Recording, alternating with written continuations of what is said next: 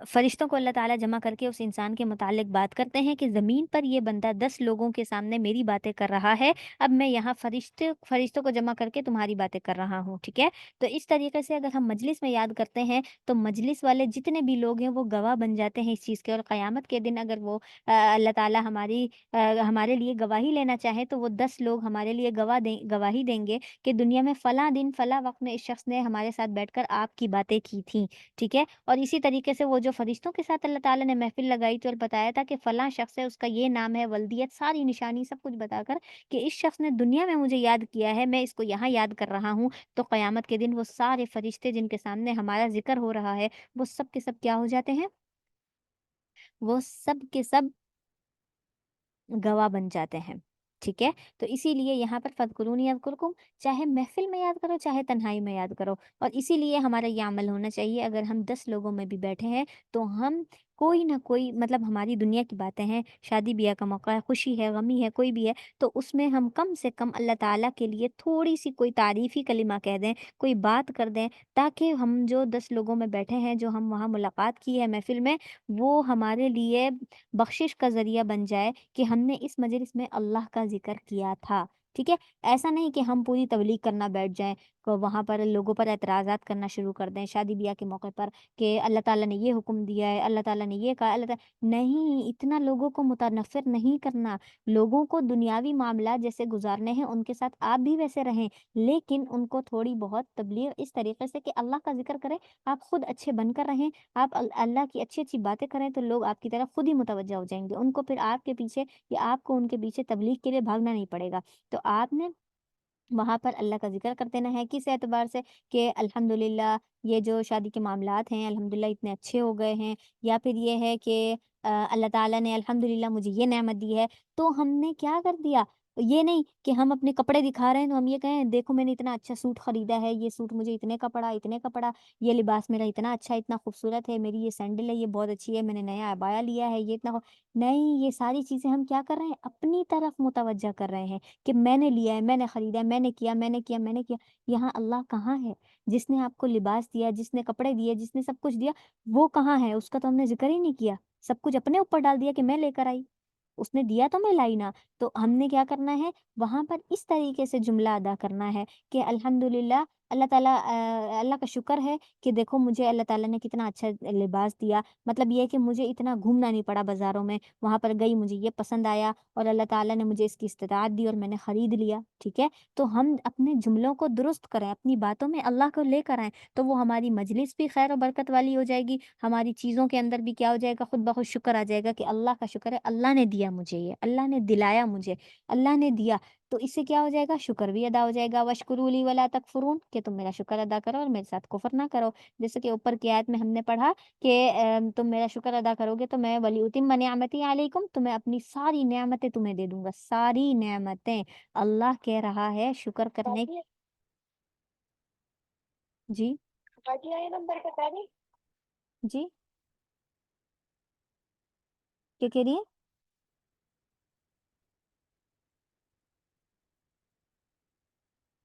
مجھے آپ کی بات سمجھ نہیں آئی ہے۔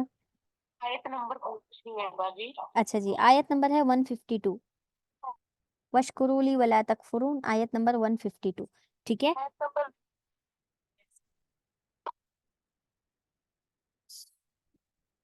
آیت نمبر اچھا، اس کے بعد آگے جو آیت ہے، یا ایھا الذین آمنوا، اے ایمان والو، استعینوا، مدد مانگو اللہ تعالیٰ سے مدد مانگو، بالصبر والصلاۃ، صبر اور صلاۃ کے ساتھ، یعنی صبر کے ساتھ اور نماز کے ساتھ، جیسا کہ یہ ہم نے پیچھے بھی پڑھا ہے کہ اللہ تعالیٰ سے مدد مانگو صبر اور صلاۃ کے ساتھ، ہم نے پہلے پارے میں بھی یہ پڑھا تھا، اس کی تفسیر دیکھی تھی، اور جو صبر کرنے والے ہیں ان کا انعام کیا ہے کہ قیامت کے دن منادی اعلان کرنے والا اعلان کرے گا کہ جو لوگ صبر کرتے تھے وہ لوگ آ جائیں، سامنے آ جائیں،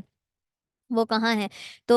کافی سارے لوگ کھڑے ہوں گے اور خاموشی سے جنت کی طرف چلنا شروع کر دیں گے۔ وہاں جو فرشتہ ہوگا وہ پوچھے گا کہ بھائی تم کہاں جا رہے ہو؟ وہ کہیں گے جنت میں جا رہے ہیں۔ تو فرشتہ کہے گا کہ جنت میں کس لیے؟ ابھی تو حساب کتاب باقی ہے۔ تو وہ کہیں گے کہ ہم بغیر حساب کے ہی ابھی ہی جائیں گے۔ تو پھر فرشتے کہیں گے اچھا یہ بتاؤ تم لوگ کون لوگ ہو؟ تو وہ کہیں گے ہم وہ لوگ ہیں جو صبر کیا کرتے تھے۔ تو پھر فرشتہ کہے گا کہ ہاں تمہارا یہی انعام ہے کہ تم حساب کتاب کے پہلے ہی، یعنی حساب کتاب والی مشقت ہی تمہارے اوپر نہیں آئے گی، تم بغیر حساب کتاب کے جنت میں جاؤ گے۔ اور ایسا نہیں ہے کہ تمہیں انتظار کرنا پڑے گا کہ پہلے پوری دنیا کا فیصلہ ہو جائے تب تک تم میدان حشر میں رہو گے اور پھر اس کے بعد نہیں، تم سب سے پہلے جنت میں جاؤ گے۔ باقیوں کا حساب کتاب ہوتا رہے گا، تم سب سے پہلے جنت میں جاؤ گے۔ تو فرشتے بھی کہیں گے ہاں تمہارا یہی انعام ہے، جاؤ۔ اور پھر وہ لوگ صبر کرنے والے جنت میں داخل ہو جائیں گے۔ نہ ہی وہ لوگوں کے معاملات دیکھیں گے، نہ ہی ان کو میدان حشر میں اتنا رکنا پڑے گا، اور نہ ہی انتظار کرنا پڑے گا اپنی باری کا کہ اب جو ہے ہمارا نام آئے گا، پھر ہمارے لیے فیصلہ ہوگا، پھر ہم جنت میں داخل ہوں گے۔ نہیں،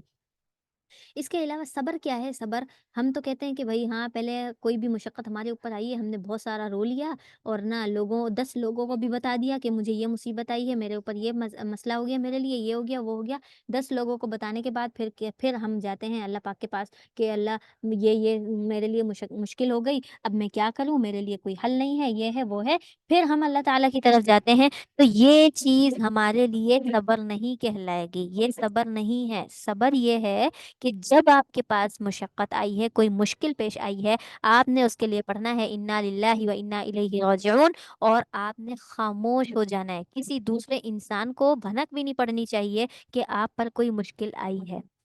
ٹھیک ہے؟ پھر آپ نے وہ اپنی جو مشکل بھی ہے وہ ساری نماز پڑھنی ہے، والصلاۃ، جیسے کہ اللہ تعالیٰ نے فرمایا نماز پڑھنے کے بعد اللہ تعالیٰ کو بتانا ہے۔ اور آپ یقین کریں اگر آپ اپنی مشکل لوگوں کو نہیں بتاتے، صرف صبر کر لیتے ہیں، خاموشی اختیار کر لیتے ہیں، اور بغیر کوئی روئے دھوئے اللہ تعالیٰ کے پاس جا کر آپ نے اپنے آنسو بہانے ہیں، یعنی یہ ہے کہ لوگوں کے سامنے نہیں رونا، اللہ کے سامنے رو کر آپ نے اس کی شکایت کرنی ہے یا اللہ تعالیٰ کو بتانا ہے اپنی مشکل کے بارے میں، اور آپ یقین کریں اس کے بعد آپ کا مسئلہ حل ہو جانا ہے، ٹھیک ہے؟ تو یہ کیا ہے؟ نماز کی برکات ہیں، صبر کی برکات ہیں۔ آپ کو پتہ ہے کہ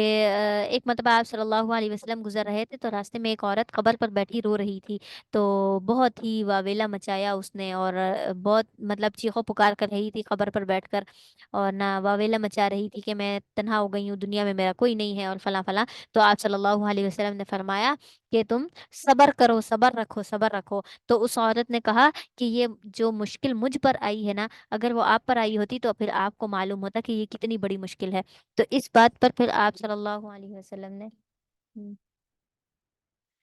تو پھر کیا ہوا کہ آپ صلی اللہ علیہ وسلم آگے چل پڑے۔ پھر اس کے کسی صحابی نے اس سے کہا کہ تم نے یہ کیا کیا؟ آپ صلی اللہ علیہ وسلم سے ایسا کہہ دیا، وہ تو تمہیں صبر کی تلقین کر رہے تھے۔ تو پھر وہ عورت خاموش ہو جاتی ہے اور آپ صلی اللہ علیہ وسلم کے پاس آتی ہے اور کہتی ہے اے اللہ کے رسول، میں نے صبر کر لیا اپنی تکلیف پر، انا للہ و انا الیہ راجعون پڑھتی ہے، تو کیا میرے لیے صبر کرنے والوں کی طرح بدلہ ہوگا؟ تو آپ صلی اللہ علیہ وسلم نے فرمایا یہ صبر نہیں ہے، صبر یہ ہے کہ جب تم پر مشکل آئی تھی تم نے اس وقت بغیر کوئی انسانوں کے سامنے واویلا مچایا، اس پر صبر کرنا تھا، خاموشی اختیار کرنی تھی، اللہ تعالیٰ کی حمد و ثنا بیان کرنی تھی، نہ کہ یہ کہ تم اتنی زور زور سے رو اور لوگوں کو متوجہ کرو کہ تم پر خدا نخواستہ پہاڑ ٹوٹ پڑا ہے، اتنی تکلیف ہے، اور پھر اس کے بعد جو ہے تم کیا کرو، جب تمہیں رو دھو کر تھوڑا صبر آ جائے تو تم کہو کہ میں نے تو اب صبر کیا۔ یہ صبر نہیں تھا، یہ تو صبر ہی نہیں تھا۔ صبر تو وہ ہے جب تمہیں مشقت ہو، تمہیں کوئی تکلیف پہنچے، تو اس پہلے وقت میں جو تمہارا عمل ہوتا ہے نا، وہ صبر کہلاتا ہے۔ یعنی جیسے ہی خبر سنی اور اس وقت تم نے کوئی شور شرابہ نہیں کیا تو وہ صبر ہے۔ ان اللہ مع الصابرین، بے شک اللہ تعالیٰ صبر کرنے والوں کے ساتھ ہے۔ ولا تقولوا، اور تم مت کہو، لمن، اس شخص کے لیے، یقتلو، جو قتل کر دیا گیا ہے، فی سبیل اللہ، اللہ کے راستے میں، یعنی اور تم مت کہو ان لوگوں کے لیے جو کیا ہو گئے ہیں، قتل ہو گئے ہیں اللہ کے راستے میں، اموات مردہ، یعنی ان لوگوں کو مرا ہوا نہیں کہنا، وہ کیا ہے؟ وہ لوگ بل احیاء، بلکہ وہ زندہ ہیں۔ اللہ تعالیٰ نے یہاں پر ایمان والوں کے بارے میں بتایا، ان اوہ مجاہدین کے بارے میں بتایا کہ وہ لوگ کیا ہیں، کہ اللہ تعالیٰ کے راستے میں انہوں نے اپنی جان گنوائی ہے، ٹھیک ہے؟ تو وہ لوگ مر نہیں گئے ہیں، وہ لوگ زندہ ہیں، ٹھیک ہے، وہ لوگ کیا ہیں؟ زندہ ہیں، اور اللہ تعالیٰ کے یہاں ولیکن لا تشعرون، اور لیکن تم یہ بات نہیں سمجھ سکتے، تمہیں یہ بات سمجھ نہیں آئے گی کہ وہ لوگ زندہ ہیں۔ تو اللہ اکبر۔ اچھا، تو شہید جیسے ہی کوئی شخص اللہ کی راہ میں شہید ہوتا ہے تو اللہ تعالیٰ اس کو بغیر کوئی قبر کا مطلب قبر کا وقت گزارے، قبر میں اس کا وقت نہیں گزرتا، میدان حشر میں اس کو انتظار نہیں کرتا پڑتا، اس کی جیسے ہی موت ہوتی ہے، جیسے ہی وہ شہید ہوتا ہے، فوراً سے اللہ تعالیٰ اس کو جنت میں پہنچا دیتے ہیں، اور جنت میں اس کی مہمانی ہوتی ہے، اس کو رزق ملتا ہے، یہ ساری چیزیں۔ تو اس وجہ سے اللہ تعالیٰ نے فرمایا کہ وہ مرے نہیں ہیں، وہ زندہ ہیں، اور وہ اپنی اس زندگی میں پہنچ چکے ہیں جو ان کے لیے بہت زیادہ انعامات لانے والی ہے، وَلَٰكِن لَا تَشْعُرُونَ، لیکن تم نہیں سمجھ سکتے۔ اس کے بعد ہے وَلَنَبْلُوَنَّكُمْ، اور ہم تمہیں آزمائیں گے، بِشَيْءٍ، ایسی چیز کے ساتھ، من الخوف، جو خوف والی ہو، یعنی جی، ہاں،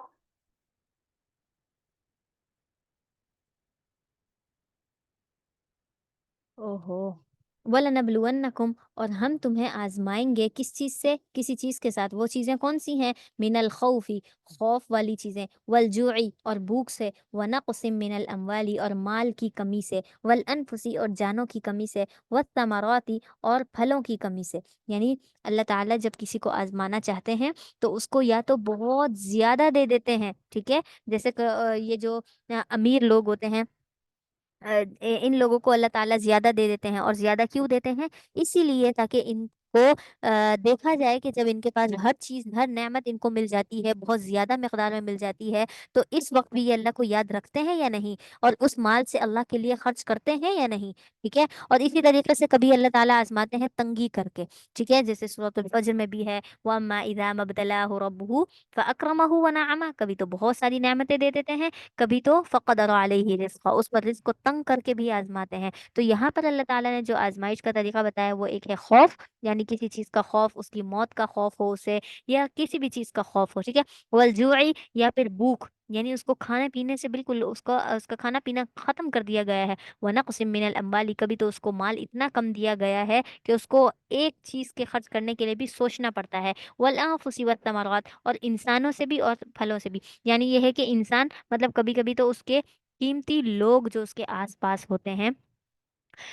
ان کو موت دے کر بھی اللہ تعالیٰ آزماتے ہیں، ٹھیک ہے، یعنی کبھی کسی کے والد کا انتقال ہو گیا، کسی کی والدہ کا ہو گیا، کسی کے بھائی کا ہو گیا، کسی کے رشتے دار کا ہو گیا، تو اللہ تعالیٰ اس وقت اس کو آزما رہے ہوتے ہیں کہ میں اس سے اس کی قیمتی جانوں کو لیتا جا رہا ہوں، کبھی کسی کی اولاد کو لے لیتے ہیں، تو پھر یہ آزمائش ہوتی ہے، ٹھیک ہے، والثمرات، کبھی تو پھلوں کی کمی کی وجہ سے، مطلب یہ ہے کہ اس پر کیا ہوتا ہے، پھل نہیں کھاتا ہے، یعنی ایسے کھانے پینے کی چیزیں، رزق کی بات ہو رہی ہے، وبشر الصابرین، اور صبر کرنے والوں کے لیے خوشخبری ہے۔ اب یہاں پر اللہ تعالیٰ نے پہلے بتا دیا کہ پہلے تو ان کے لیے آزمائش ہوگی یہ کمی کر کے، اگر اگر اس نے اس بات پر صبر کر لیا، ان نعمتوں کی کمی کے بعد بھی صبر کر لیا، اور اللہ تعالیٰ سے یہ کہا کہ الحمدللہ جتنا ہے میرے پاس بہت ہے، میں اس پر خوش ہوں، تو اللہ تعالیٰ اس صبر کرنے والے کو آخرت میں تو اس کے لیے بہت سارا انعام ہے ہی ہے، اس میں تو کوئی شک نہیں، لیکن دنیا میں بھی اللہ تعالیٰ اس میں پھر کیا کر دیں گے، اضافہ کر دیں گے، ٹھیک ہے، تو دنیا میں بھی اس کے لیے کیا ہو جائے گا، پھر مال و دولت کی فراوانی ہوگی۔ اور اسی طریقے سے ہم دیکھیں حضرت ہاں جی، ایک مرتبہ آپ صلی اللہ علیہ وسلم جب جا رہے تھے، اور اتنے میں حضرت عمر آتے ہیں، اور آپ صلی اللہ علیہ وسلم سے بھوک کی شکایت کرتے ہیں کہ بہت بھوک ہے، کئی دن سے کھانا نہیں کھایا ہوا، تو آپ صلی اللہ علیہ وسلم نے فرمایا، اچھا، تو حضرت عمر نے کیا کیا، اپنے پیٹ سے کپڑا ہٹا کر دکھایا تو وہاں پر ایک پتھر بندھا ہوا تھا، تو پھر آپ صلی اللہ علیہ وسلم نے اپنے پیٹ سے کپڑا ہٹایا تو وہاں پر دو پتھر بندھے ہوئے تھے، تو حضرت عمر خاموش ہو گئے، اتنے میں حضرت ابوبکر صدیق آئے، انہوں نے بھی یہی حال بیان کیا اور دکھایا، تو ایک پتھر تھا، آپ صلی اللہ علیہ وسلم نے اپنے دونوں پتھر دکھائے، تو وہ دونوں بہت غمزدہ ہو گئے، اور پھر ان دونوں حضرات کی محبت دیکھیے،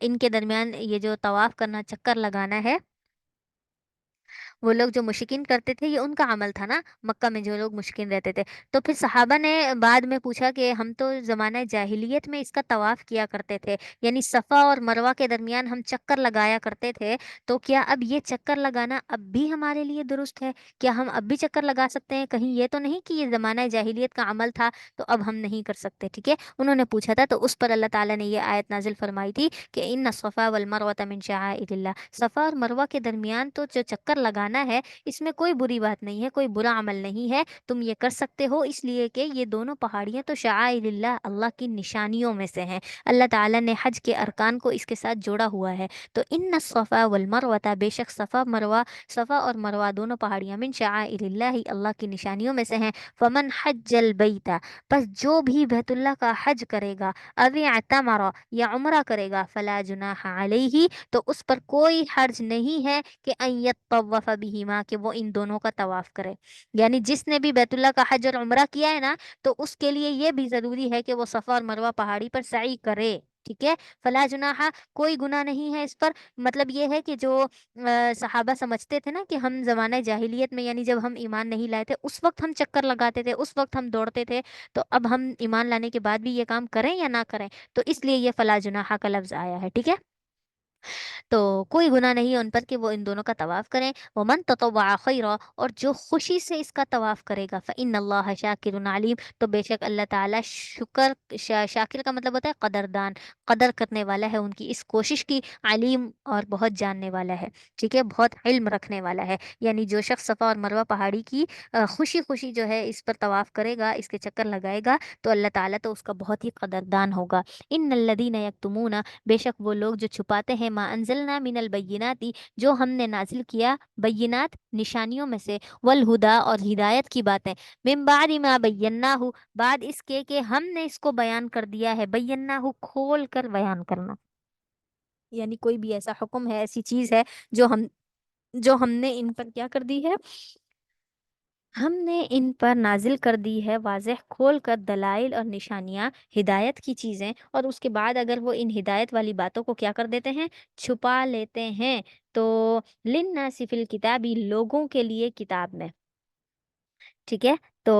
اگر وہ لوگوں پر حق بات کو چھپا لیتے ہیں تو پھر کیا ہوگا؟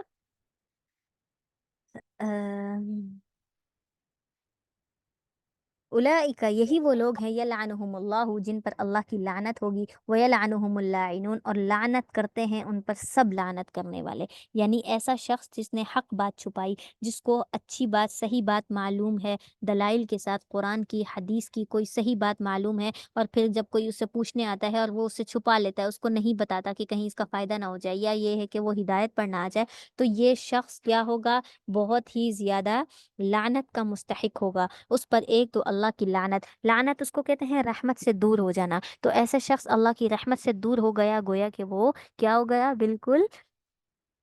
ذلیل اور خوار ہو گئے. وَيَلْعَنُهُمُ اللاعنون، اور لعنت کرنے والوں کی لعنت بھی اس پر ہوگی. إِلَّا الَّذِينَ تَابُوا، مگر یہ کہ وہ لوگ جو توبہ کرتے ہیں، وہ اصلحوا، اور اصلاح کر لیتے ہیں. یعنی اگر کسی سے ایسا عمل ہو گیا ہے، کسی نے حق بات چھپا لی ہے اور اس کے بعد اس نے اس پر توبہ کر لی، تو ایسا توبہ کرنے والا اور اپنی اصلاح کرنے والا، یعنی اصلاح کرنے کا مطلب یہ ہے کہ جو بات اس نے چھپائی تھی وہ جا کر لوگوں کو بتا دے کہ دیکھو مجھے یہ بات پہلے سے پتا تھی،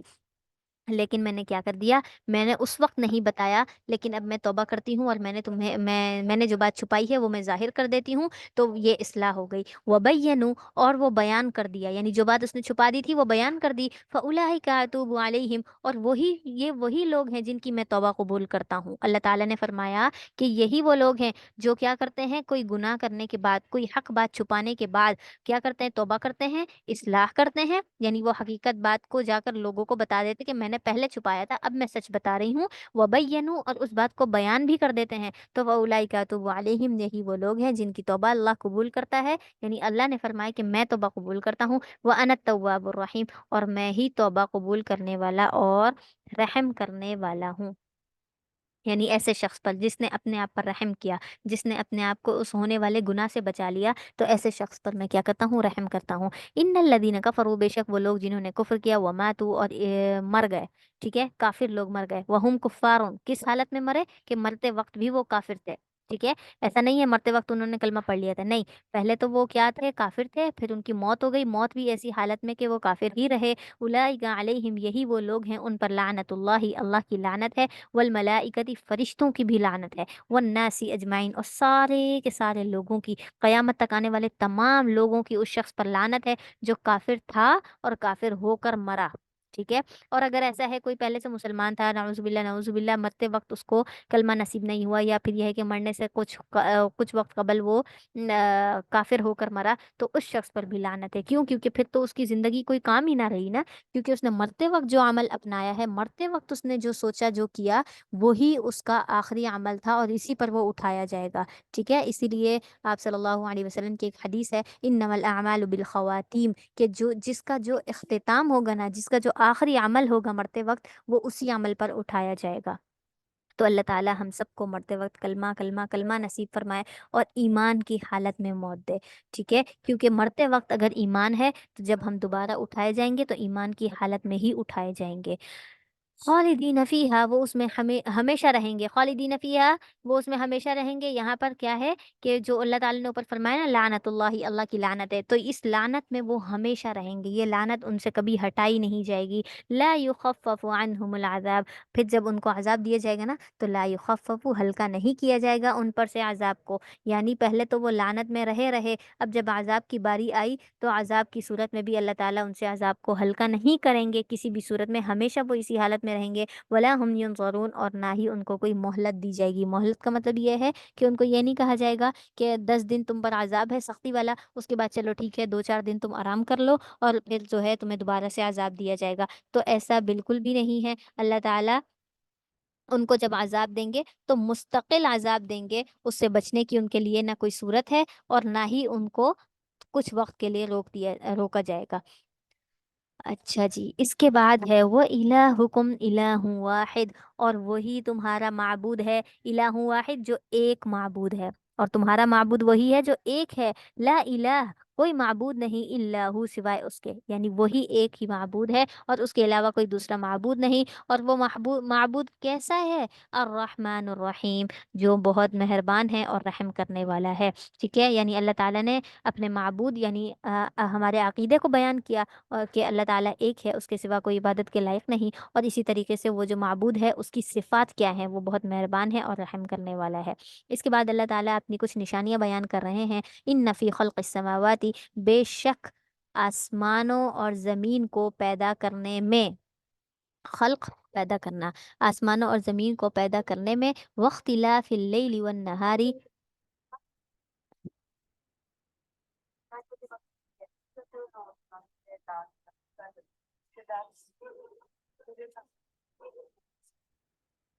آپ لوگ باتیں کریں سبق کے دوران، لیکن مائک بند کر کے کیجیے، باقی کلاس بھی ڈسٹرب ہوتی ہے۔ جی ینظرون، ینظرون کا مطلب یہ ہے کہ مہلت دینا، ینظرون ہے، ٹھیک ہے، یہ جو ہے ینظرون، مہلت دینے کے بعد، جی، مہلت،